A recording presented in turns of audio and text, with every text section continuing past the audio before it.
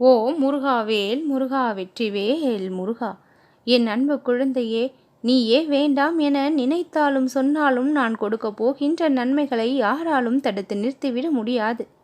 ஏனப்பா நான் வேண்டாம் என்று சொல்லப் போகின்றேன், அதற்காகத்தானே நெடுநாட்களாக காத்திருக்கின்றேன் என்று நினைக்கின்றாய் அல்லவா?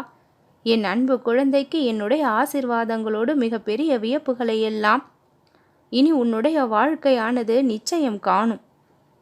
துவண்டு போகின்ற சமயத்தில் இந்த முருகனின் துணை எப்பொழுதும் உனக்கு வரும் என்பதை மறந்து விடாதே. நன்றி மறந்த மனிதர்களுக்கு நீ எவ்வளவு எடுத்துரைத்தாலும் அது புரிவது என்பது சாத்தியம் கிடையாது. புரியாத விஷயங்களை புரிய வைக்க நீ முயற்சி செய்வது என்பது வீண்தான் என்று நான் சொல்வேன்.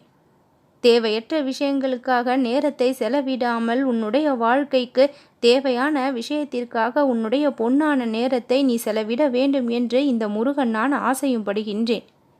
உன்னை சுற்றி நடக்கும் நிகழ்வுகள் எல்லாம் எதற்காக இப்படி நடக்கின்றது என்று உனக்கு மிகப்பெரிய கேள்வி எழும்புகின்றது.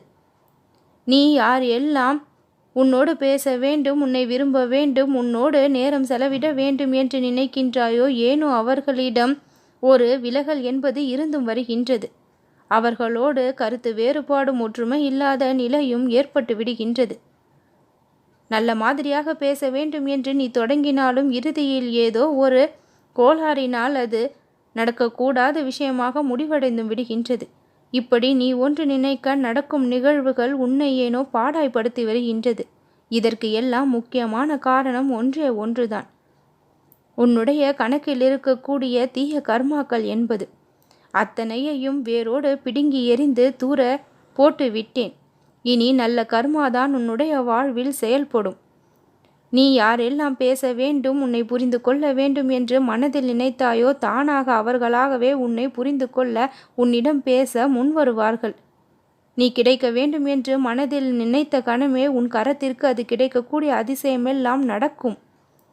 நீ விரும்பக்கூடிய சிறு சிறு விஷயங்கள் எல்லாம் கூட சட்டென நடந்து உன்னை ஆச்சரியப்படுத்தும். இதற்கெல்லாம் காரணம் நல்ல நேரமும் நீ செய்த புண்ணியமும் தான்.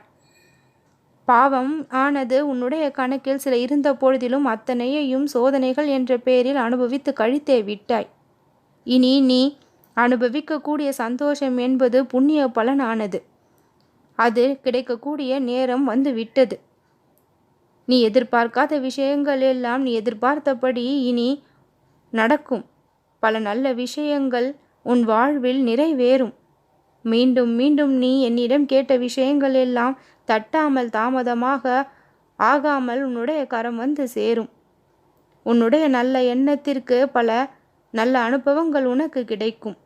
உன்னுடைய வாழ்க்கையானது மிகப்பெரிய சந்தோஷத்தையும் வியப்பையும் கண்டே தீரும்.